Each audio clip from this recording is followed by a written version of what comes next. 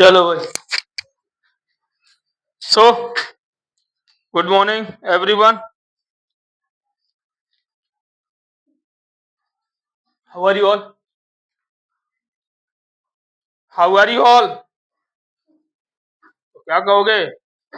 We are fine या personally कहोगे तो आई एम फाइन या आई एम गुड। अगर कोई आपसे पूछता है गुड मॉर्निंग, कोई देखो भाई, ये आपकी पहली वो होना चाहिए दिनचर्या। सबसे पहला काम आप लोगों को सबको यह करना चाहिए, प्रण कर लो कि जब भी आप किसी से मिलो तो सबसे पहले तो आपको सुबह सुबह आपको सबसे पहले गुड मॉर्निंग विश करना चाहिए। ये आदत आपके हर किसी बच्चे के अंदर होनी चाहिए, ठीक है। दूसरी आदत, अगर किसी ने आपसे पूछा हाउ आर यू या हाउ डू यू डू, आप कैसे हो, तो आपको क्या कहना है? I am fine. अगर आप अच्छे हो तो I am fine, I am good. अगर आपकी तबीयत खराब है या आप बुरे हो तो आप कहें आई एम बैड। ओके, तबीयत खराब है तो आप कह सकते हो या आई एम ओके या I am suffering from fever. मतलब जो भी है आपकी कंडीशन, कंडीशन के हिसाब से आप आंसर दे सकते हो, ठीक है ना। स्थिति के हिसाब से आप आंसर दे सकते हो। तो अगर आपसे कोई कहता है तो आपको ये जवाब देना चाहिए, ठीक है। चलिए भाई, अब हम चलते हैं भाई साहब, हमारे पीछे जो इतना बड़ी भरकम भारी अच्छा जबरदस्त वाला जो टॉपिक हमारा चल रहा है एक्टिव पैसिव, हम उस पर फोकस करते हैं, ठीक है। तो अपने टॉपिक पे आते हैं हम। ओके, तो दिल थाम के बैठिए। और टॉपिक शुरू करने से पहले एक बहुत ही जरूरी सूचना है आप सभी बच्चों के लिए। यस, तो जरूरी सूचना क्या है? जरूरी जरूरी सूचना यह है कि हमारे जो मॉर्निंग में जो बैचेस चल रहे हैं वो तो हमारे चल ही रहे हैं। सुबह 8 बजे से लेकर के 12 बजे तक, 8 से 9 चल रहा है, 9 से 10 भी चल रहा है, 10 से 11 चल रहा है और 11 से 12 चल रहा है, ठीक है।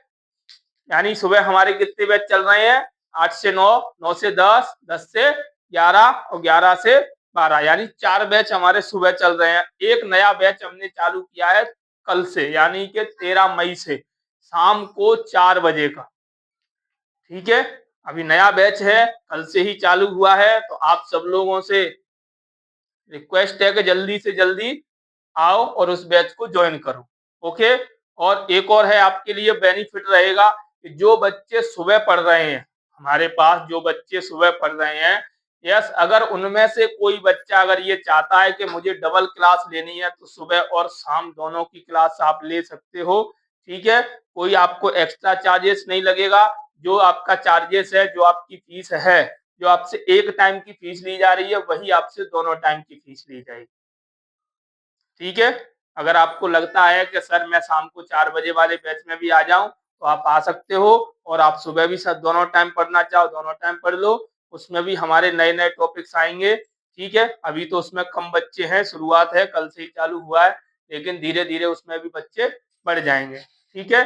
तो आपके लिए सुबह से शाम तक कितने बैच हो गए? 5 बैच हो गए। 4 बैच हमारे सुबह हो गए मॉर्निंग में, एक बैच हमारा शाम को 4 बजे का हो गया है, ठीक है। तो उस बैच में जो भी आना चाहे आप सब लोगों का स्वागत है, ठीक है। आप आइए आराम से, कोई दिक्कत नहीं है। ओके, और पढ़ाई कीजिए। अब हम ये चलते हैं भाई साहब हमारे टॉपिक पर, ठीक है।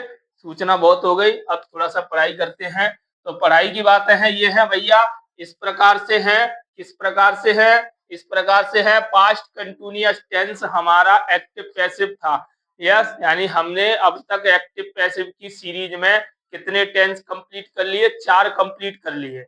एक्टिव पैसिव की जो हमारी सीरीज चल रही है उसमें हमने अब तक कितने टेंस कंप्लीट कर लिए हैं? 4 कर लिए हैं।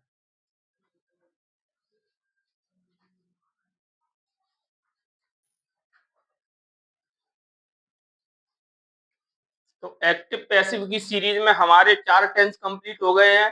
कौन कौन से हो गए हैं? सबसे पहले हमने सीखा था एक्टिव पैसिव में कि सिंपल प्रेजेंट या प्रेजेंट इंडेफिनिट टेंस सीखा था हमने। उसके बाद में दूसरा वाला कौन सा सीखा था हमने? दूसरा सीखा था प्रेजेंट कंटिन्यूअस टेंस सीखा था। उसके बाद तीसरा वाला कौन सा था हमारा? Present perfect. उसके बाद में चौथा क्या था हमारा? पास्ट इंडेफिनिट या सिंपल पास्ट। उसके बाद में आज जो हमारा होने जा रहा है पांचवा, यस, पांचवा टेंस क्या है? Past continuous. क्योंकि अब हमारी प्रेजेंट की सीरीज में हमारे 3 टेंस बनते हैं, पास्ट की सीरीज में भी हमारे कितने बनेंगे? 3 ही बनेंगे। तो उन तीनों में से, पास्ट के तीनों में से आज हमारा दूसरा टेंस है पास्ट कंटिन्यूअस। और पास्ट कंटिन्यूअस टेंस की पहचान क्या होती है? रहा था, रही थी, रहे थे। ठीक है, अगर हमारा सेंटेंस आएगा तो कैसे आएगा कि राम खाना खा रहा था, राम खाना खा रहा था। अगर ये हमारा हो गया एक्टिव का। लेकिन अगर इसी को पैसिव में बनाएंगे तो खाना खाया जा रहा था राम के द्वारा। यस, तो इस तरह से बनेगा हमारा। तो ऐसे ही हम हमारे एक्टिव का जो हमारे फॉर्मूले हैं, वैसे तो हमारे पास हम 4 फॉर्मूले लिख भी सकते हैं, लेकिन एक्टिव में हमारे जो हमारे, क्योंकि एक्टिव के सेंटेंस तो आपको मैं अभी आपको बना के दे ही रहा हूँ, तो आपको अभी तो एक्टिव के सेंटेंस की फॉर्मूले की जरूरत नहीं है। ठीक है, जब अभी तो हमें किस पे सबसे ज्यादा फोकस करना है? पैसिव वॉइस पे। एक्टिव वॉइस से हमको पैसिव वॉइस कैसे बनाया जाए। तो भैया एक्टिव वॉइस का हमारा क्या है फॉर्मूला? एक्टिव वॉइस के फॉर्मूले हैं हमारे, 2 फॉर्मूले हैं हमारे। 2 कौन कौन से हैं? पहला फॉर्मूला हमारा सब्जेक्ट हेल्पिंग वर्ब क्या लगेगी पास्ट कंटिन्यूअस टेंस में? वॉज और वर हमारी हेल्पिंग वर्ब लगेगी। इसमें मेन वर्ब की फर्स्ट फॉर्म लगती है और आईएनजी भी लगाया जाता है, यानी मेन वर्ब की फर्स्ट फॉर्म में आईएनजी लगा करके लिखा जाता है। उसके बाद में ऑब्जेक्ट और अदर वर्ब। उसके बाद में हमारा दूसरा फॉर्मूला है नेगेटिव का, subject helping verb, was verb हमारी हेल्पिंग वर्ब लगेगी, नॉट मेन वर्ब की फर्स्ट फॉर्म आईएनजी, ऑब्जेक्ट और अदर वर्ब। ये जो हमारे दोनों फॉर्मूले हैं, यस, तीसरा फॉर्मूला हमारा इसमें से बन जाएगा, फर्स्ट वाले फॉर्मूले में से हमारा तीसरा बन जाएगा। कौन सा बन जाएगा? तीसरा, इंटेरोगेटिव का। तो फर्स्ट वाले फॉर्मूले में से तीसरा कैसे बनेगा? हेल्पिंग वर्ब से पहले आ जाएगा helping verb plus subject plus main verb की first form plus ING plus object plus other word. तो हमारा तीसरा फॉर्मूला बन जाएगा। चौथा फॉर्मूला कैसे बनेगा? चौथा फॉर्मूला भी हमारा फर्स्ट फॉर्मूले में से ही फोर्थ फॉर्मूला बन जाएगा। कैसे?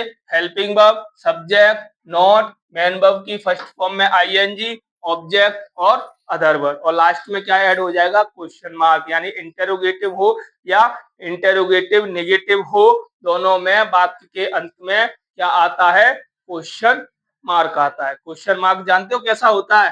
क्वेश्चन मार्क आपका ऐसा होता है। समझ में आया? अब ये तो थे भैया एक्टिव के फॉर्मूले, लेकिन हमें इन्हीं फॉर्मूले को किसमें क्या करना है? पैसिव में बनाना है। तो एक्टिव के सेंटेंस को जब आप पैसिव से में कन्वर्ट करोगे, कन्वर्ट इनटू पैसिव वॉइस, तब क्या करोगे? तो तब ये करोगे कि पैसिव वॉइस बनाते समय आपको मैंने स्टेप्स लिखाई थी, शुरुआत की क्लास में लिखाई थी स्टेप्स। तो उन स्टेप्स के आधार पर क्या करेंगे कि भाई साहब एक्टिव के सेंटेंस में जो ऑब्जेक्ट का प्रयोग किया जाएगा, एक्टिव के सेंटेंस का ऑब्जेक्ट पैसिव वॉइस में सब्जेक्ट का काम करता है। एक्टिव वॉइस का ऑब्जेक्ट पैसिव वॉइस में सब्जेक्ट की जगह पे लिखा जाता है। यस, उसके बाद में हेल्पिंग वर्ब लगेगी। तो भाई साहब पास्ट कंटिन्यूअस टेंस है, तो पास्ट कंटिन्यूअस टेंस के पैसिव वॉइस में हेल्प प्रयोग किए जाने में हेल्पिंग वर्ब क्या होती है? Was were.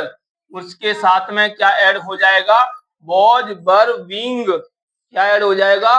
Was were being, was being और were being, was being and were being हमारी हेल्पिंग वर्ब लग जाएगी। उसके बाद हर पैसिव वॉइस में आपको क्या लगाना है? मेन वर्ब की थर्ड फॉर्म। इसको आई कार्ड आईडी बना लो, आई कार्ड बना लो, आई कार्ड बना के अपने गले में लटका लो कि भाई साहब मेन वर्ब की थर्ड फॉर्म तो आपको लगानी ही लगानी है। समझ में आया? क्या करना है? मेन वर्ब की थर्ड फॉर्म तो हर पैसिव वॉइस में लगनी ही लगनी है। उसके बाद में प्रीपोजिशन कौन सी यूज होगी बेटा? तो प्रीपोजिशन प्रयोग की जाती है बाई। कभी कभार हम क्या करते हैं? एट या बाई प्रीपोजिशन, यानी कि कभी कभार हम एट प्रीपोजिशन का भी प्रयोग कर देते हैं और अधिकतर हम क्या करते हैं? बाई प्रीपोजिशन का प्रयोग करते हैं। ठीक है, चलिए दूसरा फॉर्मूला क्या है हमारा? नेगेटिव का फॉर्मूला है, हाँ बाई हो गया। बाई के बाद में हमारा होगा एक्टिव के सेंटेंस का सब्जेक्ट, यानी कि एक्टिव के सेंटेंस में जो सब्जेक्ट प्रयोग किया जाएगा वो पैसिव का ऑब्जेक्ट बन जाएगा। एक्टिव के सब सेंटेंस में जो सब्जेक्ट प्रयोग किया जाएगा वो पैसिव वॉइस बनाते समय किसका काम करता है? ऑब्जेक्ट का काम करता है। उसके बाद में अदर वर्ड, अदर मतलब अन्य शब्द। अदर वर्ड मतलब क्या होता है? अन्य शब्द होता है। अगर वो होगा हमारा सेंटेंस में, एक्टिव के सेंटेंस में अगर अदर वर्ड होगा तो पैसिव के सेंटेंस में भी अदर वर्ड लिखा जाएगा। एक्टिव का object, helping verb, was verb. उसके बाद में नॉट, और नॉट कहाँ लगता है आपको पता है? नॉट हर सेंटेंस में तीसरी जगह पे, कौन से स्थान पर? थर्ड प्लेस पर, यानी कि तीसरे स्थान पर लगाया जाता है। कौन सी जगह पर लगता है? थर्ड प्लेस पर लगता है। उसके बाद में बीइंग लगेगा, मेन वर्ब की थर्ड फॉर्म, बाई, और एक्टिव का सब्जेक्ट और अदर वर्ब। समझ में आया? अब एक बहुत ही महत्वपूर्ण चीज है, इंपॉर्टेंट चीज है, ये समझ लिया तो आप यूं मान लो कि आप एक्टिव से पैसिव आसानी से बना पाओगे। आवाज बहुत आ रही है भाई, आवाज मत करो, पता बिल्कुल भी आवाज नहीं होनी चाहिए। पढ़ने आए हो तो डू इट योर स्टडी। समझ में आया? तो भाई साहब सब्जेक्ट क्या है हमारा? अगर सब्जेक्ट हमारा आई होगा, यानी कि सब्जेक्ट के रूप में अगर आई का प्रयोग किया जाएगा, आई मतलब मैं, अगर आई का प्रयोग किया जाएगा तो हेल्पिंग वर्ब पैसिव बनाते समय क्या लगाई जाएगी? वॉज बीइंग लगेगी। क्या हेल्पिंग वर्ब लगेगी? वॉज बीइंग लगेगी। अगर सब्जेक्ट के रूप में वी, यू, दे और कोई प्लूरल नेम, प्लूरल नेम क्या होता है? प्लूरल नेम होता है एक से अधिक नाम, जैसे जैसे राम और श्याम, राम और श्याम, या मोहन एंड, और देखो हिंदी में और लिखा होगा और इंग्लिश में एंड लिखा होगा। हिंदी में और लिखा हो या इंग्लिश में एंड लिखा हो। एंड से जुड़ने वाले नाम, यानी वो नाम जो एक से अधिक होते हैं, मोर देन वन, यानी वन से ज्यादा होते हैं, वो हमारे क्या होते हैं? प्लूरल नेम होते हैं। तो इनके साथ में हमारी हेल्पिंग वर्ब क्या होगी? वर बीइंग लगाई जाएगी। यानी प्लूरल सब्जेक्ट के साथ में, प्लूरल सब्जेक्ट के साथ में क्या हेल्पिंग वर्ब लगती है? प्लूरल सब्जेक्ट के साथ में हेल्पिंग वर्ब लगती है वर बीइंग पैसिव वॉइस बनाते समय। अगर सब्जेक्ट ही होगा, सी होगा, इट होगा, या कोई भी सिंगुलर नेम होगा, क्या होगा? सिंगुलर नेम होगा, तो हमारी हेल्पिंग वर्ब क्या लगेगी? Was being. पैसिव वॉइस बनाते समय क्या हेल्पिंग वर्ब लगाई जाएगी? वॉज बीइंग लगाई जाएगी। यस। अब उन सब के साथ में भाई साहब मेन वर्ब की कौन सी फॉर्म लगती है? मेन वर्ब की थर्ड फॉर्म लगाई जाती है। ठीक है, अब देखो कैसे बनाएंगे हम। एक ही एक्टिव वॉइस के सेंटेंस में से चार पैसिव वॉइस के सेंटेंस बना लेंगे। कैसे बनाएंगे? जैसे दे वर स्पीकिंग हिंदी, सेंटेंस है हमारा दे वर स्पीकिंग हिंदी। तो कैसे बनाएंगे भाई साहब? एक ही एक्टिव के सेंटेंस में से चार सेंटेंस हम किसके बना डालेंगे? पैसिव के बना लेंगे। पैसिव वॉइस के चार सेंटेंस बनाएंगे। कैसे बनाएंगे? फॉर्मूले को भी देखो और स्टेप्स को भी देखो। तो भाई साहब एक्टिव के सेंटेंस का ऑब्जेक्ट पैसिव में सब्जेक्ट का काम करेगा। तो इस सेंटेंस में ऑब्जेक्ट क्या है? हिंदी। तो हिंदी हमारा ऑब्जेक्ट है और हिंदी एक नाउन है, तो नाउन का तो कोई चेंज होता ही नहीं है। नाउन का तो कोई सब्जेक्टिव केस, ऑब्जेक्टिव केस या अदर केस होता ही नहीं है कि नहीं? तो हिंदी का हिंदी रहेगा। अब हिंदी एक सिंगुलर सब्जेक्ट है, यहाँ पे वर प्रयोग किया गया है दे के अकॉर्डिंग, क्योंकि दे हमारा प्लूरल सब्जेक्ट है तो दे के साथ में वर लगता है। यहाँ पे हिंदी के साथ में क्या लगाएंगे हम? वॉज बीइंग लगाएंगे, क्योंकि हिंदी क्या है? एक सिंगुलर नेम है। कौन सा नेम है? सिंगुलर नेम है या सिंगुलर नाउन है। ठीक है, तो हिंदी वॉज बीइंग, और उसके बाद में हमारा क्या लगेगा? मेन वर्ब की थर्ड फॉर्म, यानी तीसरा रूप। तो मेन वर्ब की Hindi was being spoken by. Spoken by preposition को जरूरी है भैया। भाई प्रीपोजिशन का प्रयोग करना बहुत ही जरूरी है। उसके बाद में एक्टिव के सेंटेंस का सब्जेक्ट, तो यहाँ पे एक्टिव के सेंटेंस में है सब्जेक्ट दे, और दे का ऑब्जेक्ट क्या होता है, देम। क्योंकि जब सब्जेक्ट को ऑब्जेक्ट की जगह पे लिखेंगे, जब सब्जेक्ट हमारा होगा कोई प्रोनाउन, और जब प्रोनाउन को ऑब्जेक्ट की जगह पे रखा जाएगा तो भाई साहब उसका क्या हो जाएगा, ऑब्जेक्टिव केस हो जाएगा। तो दे का ऑब्जेक्टिव केस क्या होता है, देम होता है। दे का ऑब्जेक्टिव केस क्या होगा बेटा, देम होगा। तो Hindi was being spoken by them. Yes, दूसरा कैसे बनेगा, दूसरा बनेगा हिंदी वॉज बीइंग, इसके बीच में नॉट लग जाएगा। तो Hindi was not being spoken by them, क्या बनेगा, Hindi was not being spoken by them. समझ में आया। अब वॉज हिंदी क्यों लिखा है, क्योंकि भाई साहब वॉज हमारी हेल्पिंग वर्ब है, और हम बनाने जा रहे हैं इंटेरोगेटिव, इंटेरोगेटिव निगेटिव। यस, देखो भाई साहब इसमें भी आप, हाँ एक चीज आपको मैं बता दूं, ये कोई कंपलसरी नहीं है कि पहले हम अफर्मेटिव बनाएंगे या नेगेटिव बनाएंगे या इंटेरोगेटिव बनाएंगे या इंटेरोगेटिव नेगेटिव बनाएंगे। अगर इसका सीक्वेंस ऊपर नीचे हो जाता है तो कोई बात नहीं है, क्योंकि कभी कभार आपके सामने अगर सेंटेंस लिख दिया जाए, कभी कभार या आपके सामने सेंटेंस लिख दिया जाए कि he was not dancing on the floor, ये भाई साहब आपके सामने सेंटेंस लिखा है, तो he was not dancing on the floor, ये हमारा एक्टिव वॉइस का सेंटेंस है कि नहीं। तो अब मुझे अगर इसको कन्वर्ट करना पड़ जाए, तो मैं, किसी ने कहा भैया मैंने कह दिया आपसे कि इसी सेंटेंस के 4 बनाने हैं, एक के 4 बनाने हैं, तो भाई साहब निगेटिव का सेंटेंस है, सेंटेंस कौन सा है हमारा, निगेटिव का है। तो अब निगेटिव का तो निगेटिव ही बनेगा, बनेगा तो निगेटिव भी बनेगा, लेकिन 4 बनाने हैं, तो मैं सबसे पहले अफर्मेटिव बना दूं या निगेटिव का निगेटिव बना लो, तो मैं इसका निगेटिव का सबसे पहले निगेटिव बना लेता हूं। ठीक है, तो मैं पहले इसमें से ऑब्जेक्ट को निकालता हूं, ऑब्जेक्ट है ऑन द फ्लोर, तो ऑन द फ्लोर आ गया भाई साहब, ऑन द फ्लोर आ गया, ऑन द फ्लोर आ गया। ऑन द फ्लोर हमारा ऑब्जेक्ट था एक्टिव का, ऐसे में सब्जेक्ट कर दिया। उसके बाद में फ्लोर हमारा सिंगुलर सब्जेक्ट है, फ्लोर मतलब फर्श, फर्श हमारा सिंगुलर सब्जेक्ट है, तो वो जाएगा, तो वो जा जाएगा। अब निगेटिव है तो निगेटिव का निगेटिव बना दो पहला, फिर उसके बाद में बीइंग लगा देंगे, क्योंकि यहाँ पे बीइंग इसलिए होता है क्योंकि यहाँ पे आईएनजी दिया होता है। समझ में आया। अब यहाँ डांस की थर्ड फॉर्म क्या होती है बेटा, डांस्ड होती है। On the floor was not being, अब डांस्ड मेन वर्ब के बाद में प्रीपोजिशन, और ही का ऑब्जेक्टिव क्या होता है, बाई हिज, उसके द्वारा फर्श पर नाचा नहीं, वो नहीं, फर्श पर उसके द्वारा नाचा नहीं जा रहा था। समझ में आया।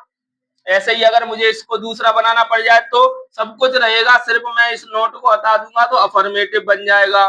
तो ऑन द फ्लोर अपनी जगह, was being danced by his, affirmative बन गया। मतलब एक चीज हटा दी मैंने, इसमें से निगेटिव हटा दिया, नॉट हटा दिया, तो अफर्मेटिव बच गया। यस, अगर मुझे इसको इंटेरोगेटिव बनाना पड़ गया तो भाई साहब इतना भाग अपनी जगह पे रहने दो, इतना जो भाग है सेंटेंस का, इसको अपनी जगह पे निर्धारित रहने दो। सिर्फ चेंज करना है तो क्या करना है, हेल्पिंग वर्ब को सब्जेक्ट की जगह और सब्जेक्ट को हेल्पिंग वर्ब की जगह पे इंटरचेंज कर दो। सिर्फ चेंज क्या करना है, जहां हेल्पिंग वर्ब लिखी है उस जगह पे सब्जेक्ट लिख दो, और जहां पे सब्जेक्ट लिखा है उस जगह पे हेल्पिंग वर्ब लिख दो। ठीक है ना भाई साहब। तो यहाँ पे हेल्पिंग वर्ब क्या है भाई साहब, वॉज है, वॉज हेल्पिंग वर्ब है, तो वॉज हेल्पिंग वर्ब कहाँ पे आ जाएगी, इंटेरोगेटिव सेंटेंस में किस पे आ जाएगी, सब्जेक्ट की जगह पे, और सब्जेक्ट क्या है, ऑन द फ्लोर, तो ऑन द फ्लोर हो जाएगा। पूरा का पूरा ये जो बीइंग डांस्ड बाय हिज ये बचा है ना, इसको अपनी जगह रख दो, danced by question mark was on the floor being danced by his. Okay, अब मुझे बनाना है अगर इसी को इंटेरोगेटिव नेगेटिव, तो कैसे बनाऊंगा? ये पूरा का पूरा जो सेंटेंस है ना, ये पूरा का पूरा सेम टू सेम सिमिलरली रहेगा, ऐसा का ऐसा ही कॉपी करना है। यहाँ पे सिर्फ नॉट ऐड कर देना है।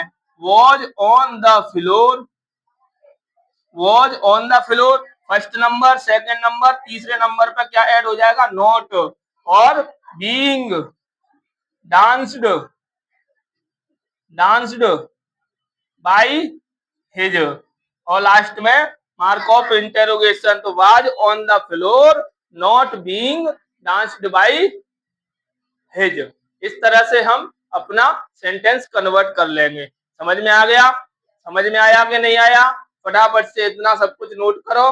उसके बाद में कुछ सेंटेंसेस दे रहा हूं आपको प्रैक्टिस के, तो उन सेंटेंसेस को आपको बनाना है। ओके, अब मुझे लगता है कि आप लोगों को इसमें कोई भी डाउट, कोई भी दिक्कत, कोई परेशानी नहीं होनी चाहिए। अगर आपको अब भी कोई दिक्कत परेशानी रहती है तो आप मुझसे पूछ सकते हो any time. You can ask me any time if you have any problem. Okay, यदि आपको कोई समस्या, कोई दिक्कत परेशानी है एक्टिव पैसिव से रिलेटेड, तो you can ask me any time. तो अब मैं आपको कुछ प्रैक्टिस के सेंटेंसेस दे रहा हूं, उन प्रैक्टिस के सेंटेंसेस को आपको लिखना है और अभी चेक कराना है बना करके। ठीक है, फटाफट से लिखो और चेक करके बताओ।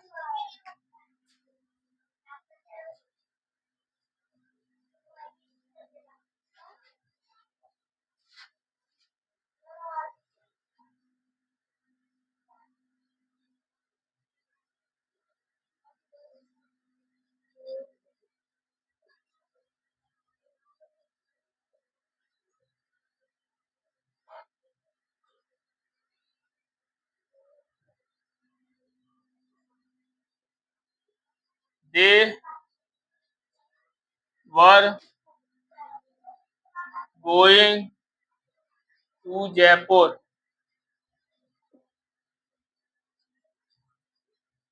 He was writing